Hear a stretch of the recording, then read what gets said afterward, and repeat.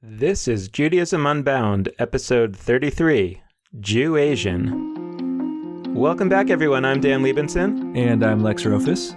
And we're here today in the first episode of a 4-episode arc where we continue to look at some of the issues and changes that are happening in the Jewish world today that really may have the biggest impact on the Judaism of the present and the future. Today, we're starting an arc which we're calling What Jewish Looks Like Today, where we're talking to and about folks who may not look like the kinds of people who Judaism thought of as Jews looking like when it evolved over the centuries. These are folks who are playing increasingly important roles in the Jewish world today, and we think will play an even greater role in the Jewish community of the future. So today we're starting off with our guests, Helen Kim and Noah Leavitt. They are the authors of a book called JewAsian, which came out not very long ago from the University of Nebraska Press, looking specifically at the questions of Jewish-Asian relationships, the way that Judaism manifests in such households, whether for the people in the relationship or for their children. Helen is Associate Professor of Sociology at Whitman College, and Noah is the Associate Dean of Students at Whitman College. They met as PhD students back in the day, and their collaboration has gone forward in many very productive ways over time, which we'll talk about in the show. So, Helen, Noah, thank you so much for being with us today, and welcome to Judaism Unbound. Thanks. We are too.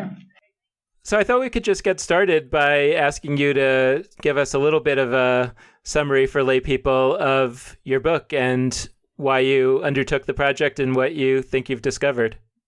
Our book is a qualitative study that focuses on one particular example of what is commonly referred to as intermarriage. And by intermarriage, we're interested in mixed marriages and families across racial, ethnic, and religious lines. So we talked to couples where one partner is Jewish American of any racial or ethnic background, and the other partner is racially Asian of any religious or ethnic background. And we were interested to understand how it is that when two people fall in love and on paper they look demographically different, how it is that those differences come into play in terms of not only their love for each other, but how it is that they think about sustaining a marriage, and in particular for families that have children, how it is that these differences come into play when they think about raising kids. So that was the starting point of the book. We also interviewed adult millennial children who are the offspring of these kinds of relationships to see how it is that adult millennials who are, again, on paper, a mix of a lot of different backgrounds, think about their respective identities, given that there's sort of this mixture of racial backgrounds, ethnic backgrounds, and in some cases, religious backgrounds. So that's sort of the overview of the book. And we were really interested in trying to put a different spin on the discussion, particularly within the American Jewish community, about intermarriage and families that are intermarried.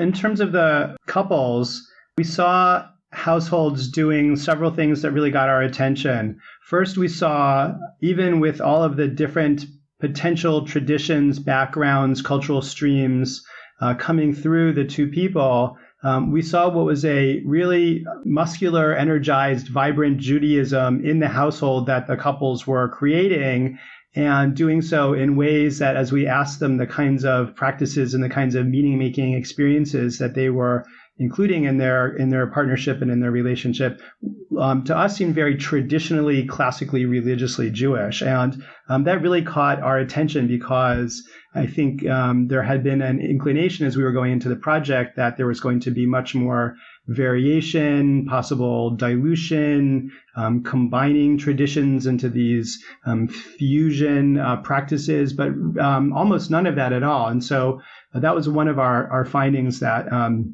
just really made us very excited about going further with this.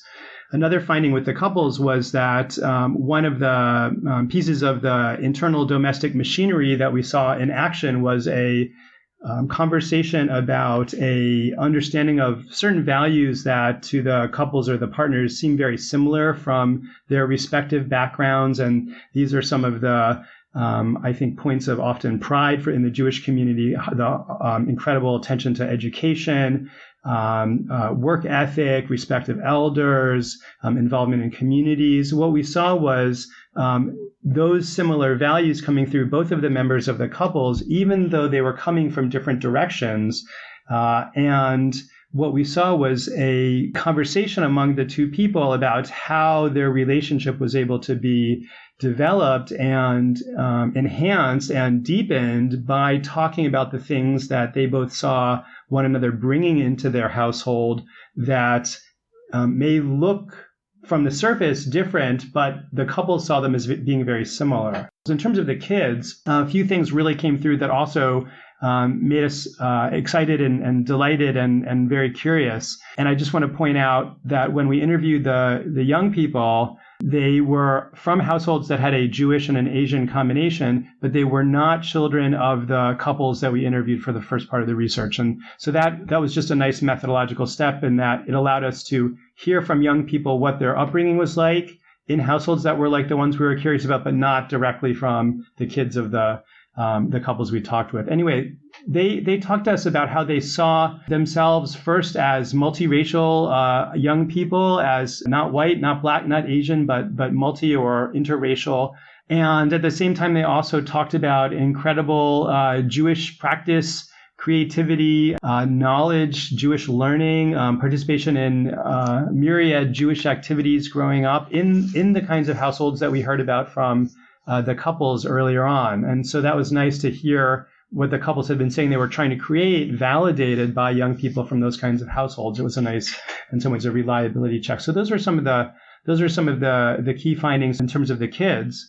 And I guess the last overall observation that we'd want to start our discussion with this afternoon would be about how the racial element of the households, either in the couple or in the multiraciality of the young people we met, often caused a bit of a jarring moment sometimes when they were interacting with members of the Jewish community who they described as having trouble seeing them as fully participatory, authentic, involved young people in congregations or in Jewish centers. And both the couples, but primarily the young people, talked about how they really found ways to respectfully resist and challenge and educate when those moments of troublesome questioning came up. They got annoyed, but they went past that and tried to use that Jewish learning opportunity to help whoever their questioner or their interlocutor was see them as fully participatory in the Jewish community in their city or their neighborhood, wherever it may be. Yeah, I want to come back to what you just spoke about in terms of the kinds of responses that the adult children of these relationships received from various Jewish communities. But I'm curious, before we go down that path, I'm curious what led the two of you to write this book and how it came to be. I know you mentioned in the book it was a years-long journey of many sorts, and I'm curious if you could walk us through how you got to this place where you're publishing a book on Jewish-Asian relationships.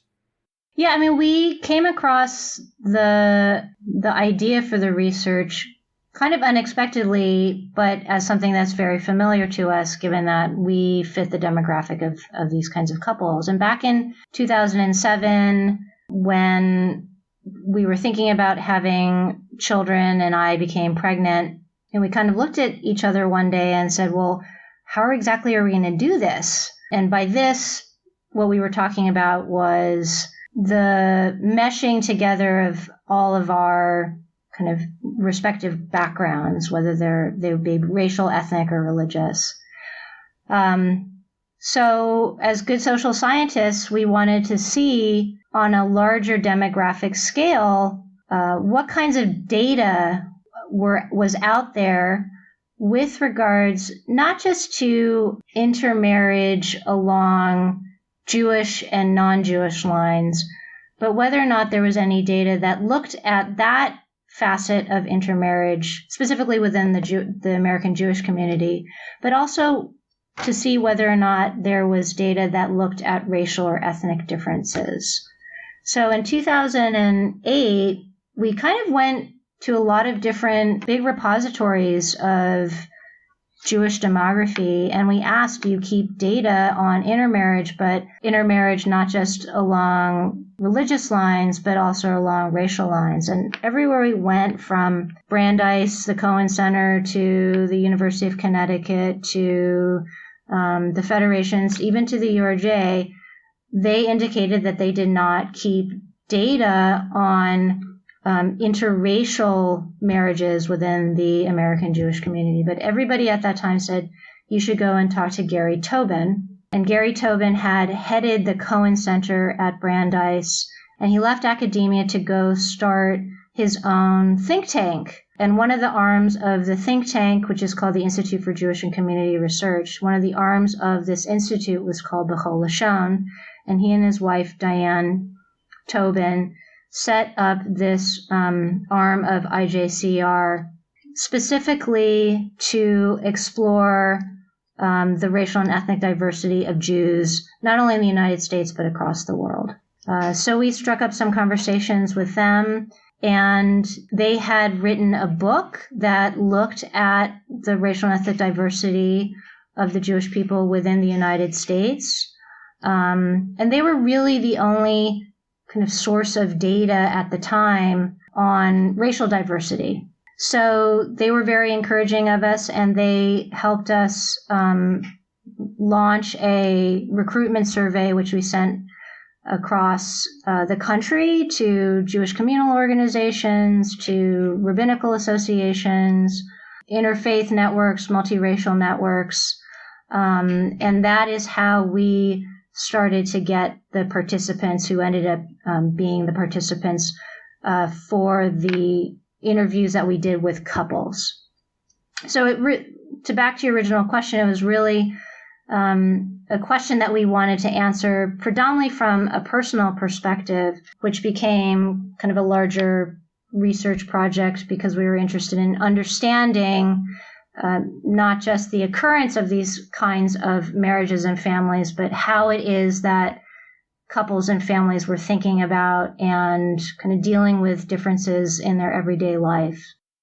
So looking at that issue that came up a little bit before that I'm just itching to dive into. What were some of the interesting anecdotes that you found with respect to the children of intermarriage that you interviewed and how they related to Jewish communities? And what are some of either the lessons or knowledge that you took from those? Or maybe even, what are some ideas that you would propose for individuals that are involved with those organizations to try and do better with respect to those populations of Jews who we might say, quote, don't look Jewish, knowing how problematic that phrase even is, but for whom we still might be relating in a different way than we would, a white Jewish person that walks through the door? So I'll just start by reflecting on a conversation that we had recently with a rabbi at a synagogue in the United States who was talking to us about the rabbi's interest in perhaps opening up some discussion in her congregation about how her members can be as inclusive as possible in responding to all the different kinds of households that either were participating in their congregation or potentially could participate in their congregation that lived in the community. And I was really struck by the two ways that this rabbi was talking about the possible ways to go with that. One was to just talk about inclusion incredibly broadly. We want to have everyone who has any interest in Judaism be able to come in here and worship and celebrate and meet people, create community, find some inner insight or peace or wisdom through our Jewish practice.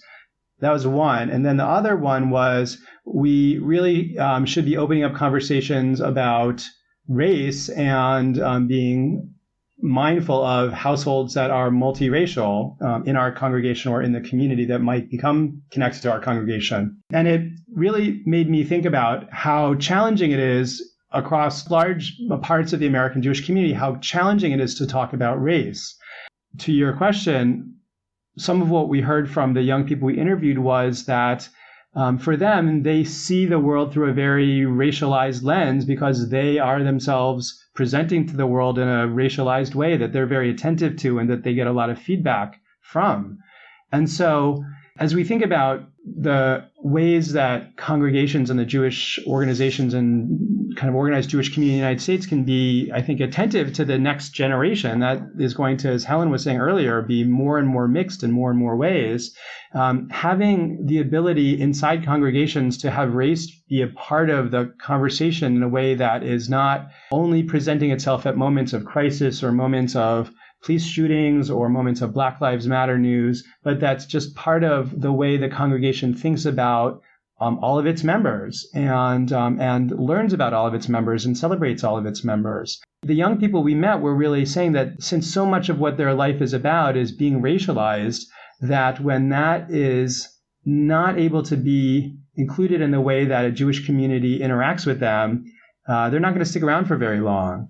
To piggyback off that, we often heard adult millennial kids say that because of what it is that they looked like, or maybe the combination of what it is that they look like in terms of being racially ambiguous or presenting more as Asian, in combination with their names, there was something that signaled to Jews and non-Jews that they were not, quote, authentically Jewish. So they often heard comments like, oh, that's funny, you don't look Jewish, or, oh, wait a second, that means that you're half Jewish. You're actually not fully Jewish. And a number of the participants indicated when they were confronted with those kinds of challenges to who it is that they were, rather than downplaying their Jewish identity and their Judaism, their response was that they actually felt like they had to be more Jewish in order to kind of prove their authenticity. And in some ways, that's a bummer. But in other ways, I think one interpretation is that they were saying to us that in those moments, they were making the choice to present themselves as Jewish, to enact their Judaism, rather than to shy away from it and to reject it. The puzzle with regards to how it is that Jewish communal organizations and the Jewish community can respond, that's a great moment that the Jewish community can kind of take advantage of, because this is a population that wants to be Jewish, even in light of these kinds of really frustrating and demeaning challenges to who it is that they are. I'm always reminded of Rabbi Angela Buckdahl Warnock's story that she often talks about having these kinds of same comments put in front of her multiple times, and her going to her mother and saying, I don't want to be Jewish anymore. I think decades later, you have a different population of adult millennial children who want to take that challenge and want to continue to be Jewish. And I'm curious why you think that is. I think it's a number of things. I think part of it is the larger cultural context, social context in which millennials exist. So millennials think about the world as, I can choose to be 1,000 different things all at the same time. And I can choose to be Asian and Korean and Jewish and possibly Buddhist. And I don't want to necessarily preference one over the other. I want to be all of those things at the same time. And given the fact that they were raised with a really strong Jewish identity, often in religious ways, to turn around and then reject that aspect of who it is that they have always been, I think would be not affirming who it is they are and all of the choices that they believe are in front of them. So there's a real kind of grasping on to multiple identities, religious, spiritual, racial, ethnic, as opposed to seeing them as competing and needing to reject one here and another there. So you mentioned Angela Buchdahl. Both, I never know whether to say Rabbi Angela Buchdahl or Cantor Angela Buchdahl or both, because she's both. But you just brought her up, and just for those who might not be familiar, she is a very prominent Reform rabbi who would fall into this category that we've discussed of the adult children of Asian Jewish marriages. And she's spoken publicly about this and is really an inspiring figure. And actually, you framed your book by mentioning her and a ceremony that she led, the Hanukkah candle lighting at the White House. I was actually there, funny enough. And I was standing near a past guest of ours, Paul Golan, who himself is part of a partnership that would fall under JewAsian. And I remember being in that room and just thinking, oh my gosh, this is a beautiful, beautiful moment. And Angela Buchdahl even spoke, and you quote her in your book as saying, I don't think that the founding fathers had in mind that an African-American president would be lighting a menorah with an Asian-American female Jewish rabbi in the White House. It was this incredible moment. But I'm curious, as we talk about, this question of who looks Jewish, to me, I look at a person like Angela Buchdahl, and also, by the way, you started the book with Mark Zuckerberg and his partnership with an Asian woman, Priscilla Chan, if I have her name right.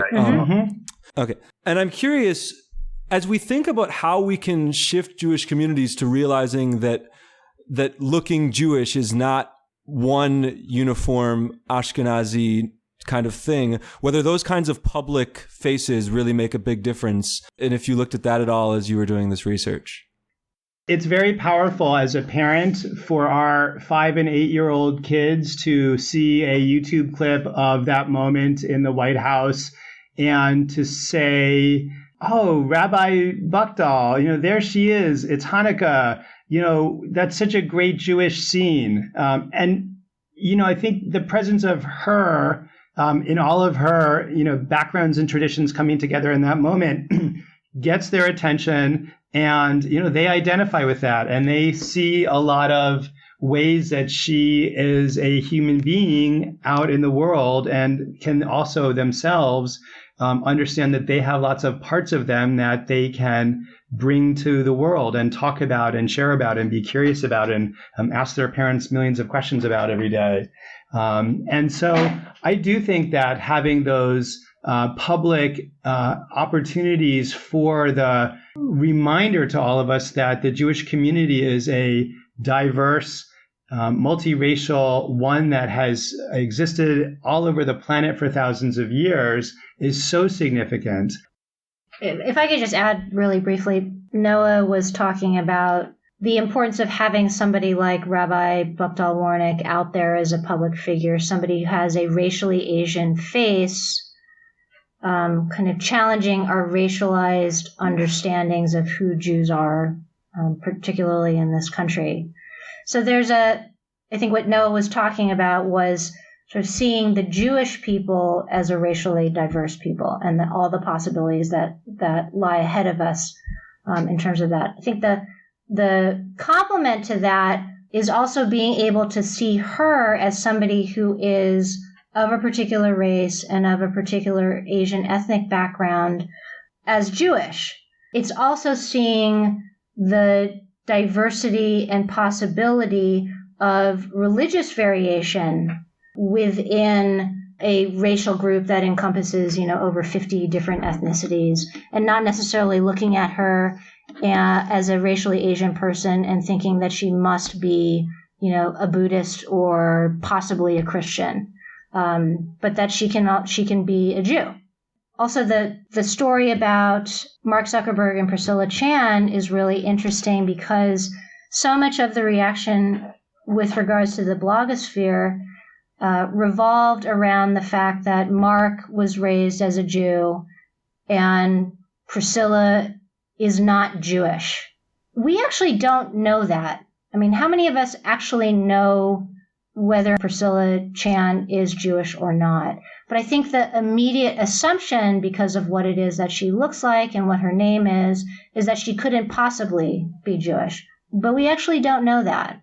So I'd love to go back to one of the comments that you opened with, if I understood it correctly, which was that when you look at the children of Asian Jewish marriages, that you find, I think you said a muscular Judaism, or maybe this was among the couples themselves, a muscular Judaism. If I understood you correctly, you were saying that the Judaism that's exhibited is not a Judaism that's fused in various ways with either Asian communities' practices, cultural practices, or other religious practices. Could you talk a little bit more about what you found there? Because I guess I'm asking, do you have any sense of why that is? I mean, I'm sure that many in the Jewish community might hear that and say, well, that's a good thing. It means that Judaism is somehow so strong that it isn't damaged by that kind of relationship, which is great on the one hand, that it's not sort of, I don't know what you want to say, watered down or changed. But I mean, part of me feels like I wish that I would be seeing more creativity. I mean, I think it would be really interesting to imagine what might be created. I mean, we certainly know a lot about different Jewish traditions that come from cultures in which the Jewish people lived in different countries and whatnot, and Jewish traditions are different from different lands. And I look at that as a wonderful thing about the diversity of Jewish practice. And, part of me feels a little sad that we're not seeing a lot of innovation in Jewish expression among families where the other partner brings a rich tradition to the family as well. If I'm understanding what you're asking, the idea of the cultural hybridization and its impact on the religious practice in the household definitely took place. But I would say that it took place in largely symbolic ways. So couples as well as adult kids talked about having certain kinds of Korean or Chinese foods included in the Passover Seder as a way of honoring all aspects of their heritage. If we think about, say, a bar and bat mitzvah and all of the symbolic elements that go into that ceremony, you could imagine wearing a Korean hanbok during the ceremony as a way of honoring kind of the Korean heritage as well as the Jewish side. So I would say at the level of that type of mixing, it largely took place in terms of these symbols. And I think there are opportunities for that kind of fusion if that is what is deemed important to these individuals and the larger Jewish community. There's lots of opportunities for these kinds of, interesting ways of expressing Jewishness to take place. I mean, we look at recent Jewish history, right? And there's a wide communal memory, it seems, of people sort of growing up in the 60s and often discarding their Jewish identities partially or entirely, depends on who we're talking about, and immersing themselves in whether it's Buddhism or Taoism or various combinations of Confucianism, Taoism, Buddhism. And so it's funny because I think there seems to be this sort of communal, I don't know if it's trauma or regret over that. So the result is we're a little bit afraid. But, in a world where yoga has become one of the most common American hobbies, or maybe it's more than a hobby for some people, part of me thinks that we might, as Dan said, benefit a lot from figuring out ways that Judaism could fuse with Eastern ideas, while being wary of things like cultural appropriation and doing so in a way that's respectful of boundaries that do exist. So I don't know. I mean, that's more of a thought than a question, but I'm curious if you think there's any relationship between sort of the history of Jewish involvement it's funny because so many Jews are actually, that identify as Jews, are current leaders of American Buddhism. Mm-hmm. I'm curious if you think there's anything there for us to chew on in terms of that history and why we might be so nervous about fusions and things like that. There's a lot swirling in my head. I think we were at a Beholashon conference once, and one of the rabbis who talked had just published an article in Contemporary Jewry where he was addressing this very question about how it is that he as a rabbi and by extension Judaism could potentially benefit from the teachings of other religious and spiritual traditions. And if my memory is correct, there was something that he was really drawn to about Buddhism and its emphasis about being in the present that really allowed him to take with greater seriousness and downplaying the tendency to just kind of sort of do Judaism in a rote way. There's something that he was really drawn to about the tenets of being present within this particular strand of Buddhism that he was studying at the time that allowed him to come to Judaism and to, grow as a rabbi and a Jewish thinker in a way that he really saw as complementary and that allowed him to be a better Jewish sort of thinker and teacher and scholar. Well, I guess I was going to say I had a slightly different, what went through my mind when you raised this was, it is true that there was not very much discussion of, especially with young people, critiques of Judaism itself or Jewish practice. It was usually the critiques of the people in the Jewish community who just either didn't get it or had sort of an underlying racial ignorance or some inability to fully absorb that the young person they were talking to was a bona fide member of the tribe. But one of the areas that I think about when I kind of hear the word innovation or creativity from you is that a number of the young people spoke with us about because of their racialized presentation to the world in a mixed race, non-white Ashkenazi way. They and the resulting kind of reflection and kind of inner searching and conversations that they had about their racial self. A lot of them talked about ways that they were involved with racial justice and social justice efforts more broadly with other racial or ethnic groups or multiracial groups who are not Jewish. And a number of them really talked about how their racial selves as Jews help them support, participate in, guide a lot of the social activism and social change efforts that were in their community or city or wherever they lived.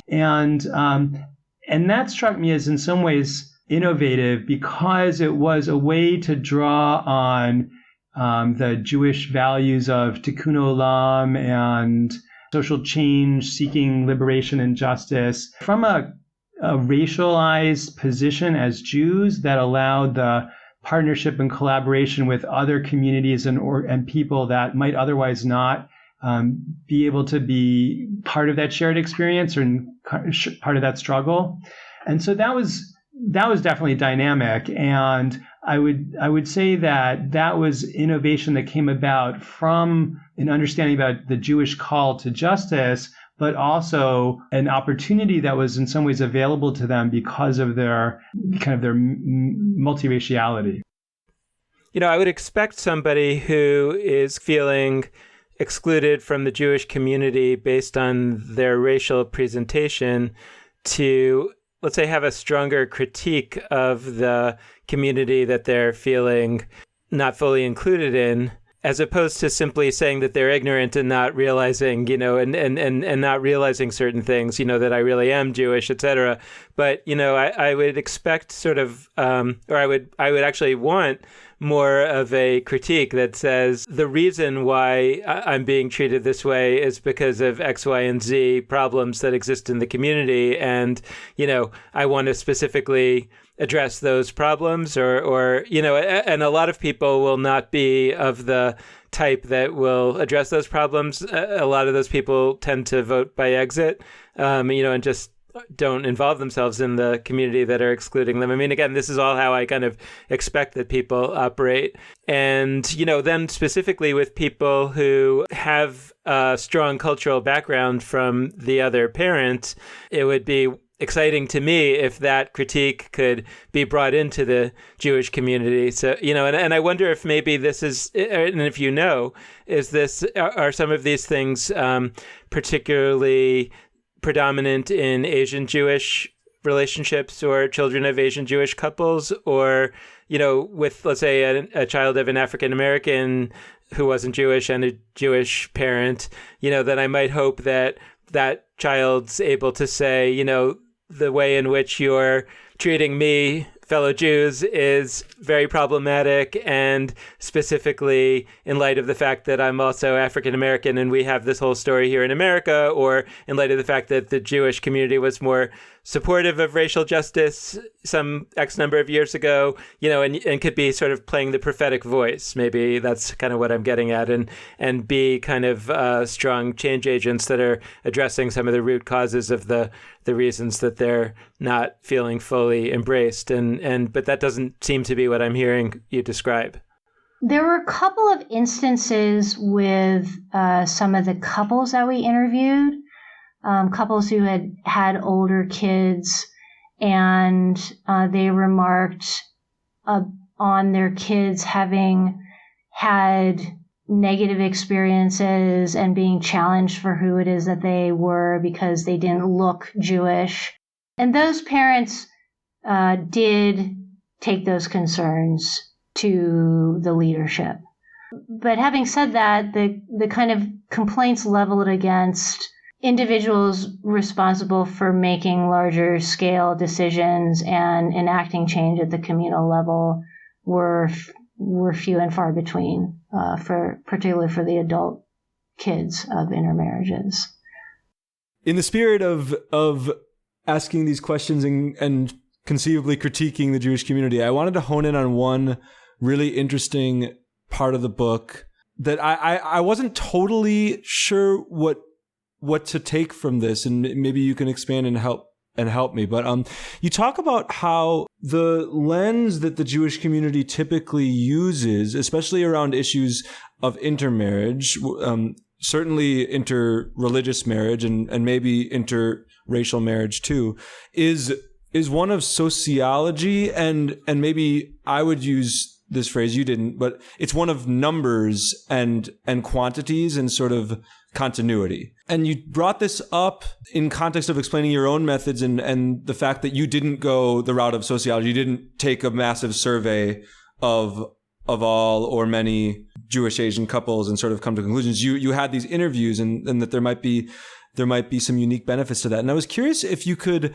help explain what you meant by this idea that the lens of the Jewish community is sociological. And also part of that is that the lens has skewed from seeing intermarriage as a positive step towards sort of assimilation into society versus now a very negative step that threatens the future of the people. I'm curious just if that trend is embodying sort of a bigger Jewish communal structural issue that we might or might not critique or not. Yeah, so through the sociological lens, so demographers tend to be sociologists or have some sort of sociological training. And the discipline, while it includes demography and collection of large-scale numbers, also does look at qualitative studies, kind of similar to the method that we pursued. Having said that, it is still a field, a discipline that is largely quantitatively based, in part because there's a belief and assumption that the kinds of questions and how it is that you answer supposedly unbiased questions tend to be more rigorous, can be more generalizable with large-scale numbers. And so Jewish sociologists, Jewish demographers who've been trained in this fashion, continue to rely on numbers to either make the case or not make the case with regards to the impact of intermarriage. So that's just historically what the field has looked like, and what the vast majority of the studies that look at intermarriage have focused on are the large-scale quantitative data sets. When you ask questions where you either answer yes, no, or according to a 5-point Likert scale. And I love numbers. Numbers are great. Numbers are very powerful. So I would never say that numbers are not important. It's harder to get at the deeper meanings and meaning making that I would say are part of the strand of thought with regards to the transformation of Judaism in the Jewish community, that really, I think, can be better captured with qualitative data gathering. I was just going to mention, hearkening back to Gary Tobin, the demographer that Helen started the hour talking about, and reflecting on his inspiration and his encouragement of us to pursue our early questions about households that combine these two kinds of backgrounds. To, I think, a certain extent, Gary did a great job as a demographer showing where these kinds of large quantitative demographic studies broke down and were unable to really characterize the fullness of Judaism in the United States. And that was some of the really pioneering work that he and his team and Diane Tobin, were able to open up, was this way of getting richer data about a way of understanding the American Jewish community that was not coming through any of the studies that existed at the time. And so, speaking personally, this wasn't an official part of our project, but personally, Gary really was for me, the disruptor when it came to using these kinds of just large scale, quantitative dumps to say, this is what Judaism is in America right now. This is what it's about. This is what's happening. And that was very liberating to hear the way he, as an expert, reached the limits and was very dissatisfied with it. Great. So I guess in closing, is there anything that we haven't talked about that you think is especially significant that we should be talking about? I guess I want to say, reflecting a little bit on the three really terrific shows that you both did on intermarriage a little while back.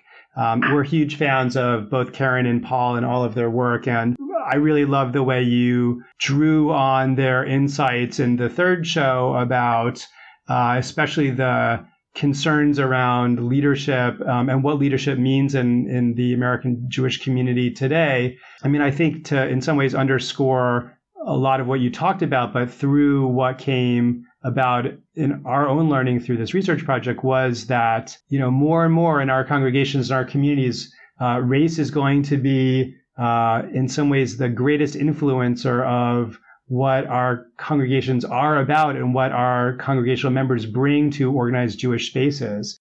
And where congregational leadership or Jewish communal leadership is able to embrace and support and open that up in a real way that for everyone feels authentic, that's going to be incredibly powerful. And I think that's where a lot of innovation will come from, will be those congregations and those organizational forms, not necessarily through the individual mixed race Jews that come to those, but through the whole institutional organization.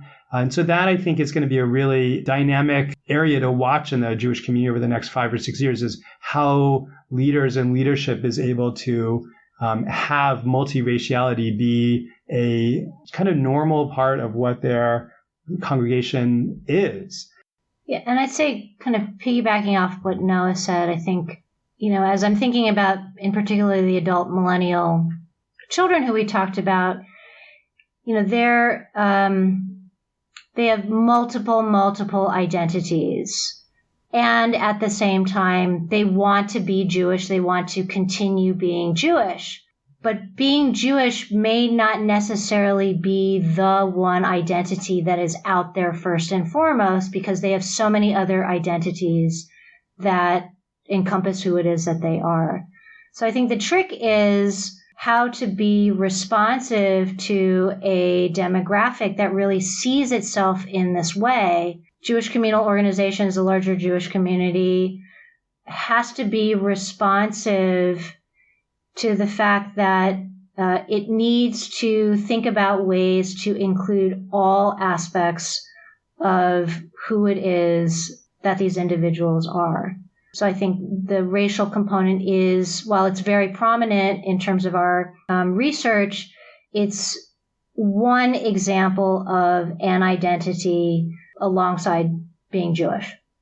Absolutely. I think that's a really important note to close on. And as a millennial myself, who does think about the very, very many identities I have, even as somebody who comes just from two Ashkenazi Jewish parents, I totally agree that for those who have a different kind of background and multiple kinds of racial backgrounds, religious backgrounds, that can totally play into how we see the world in a wide variety of ways. And we should absolutely internalize that.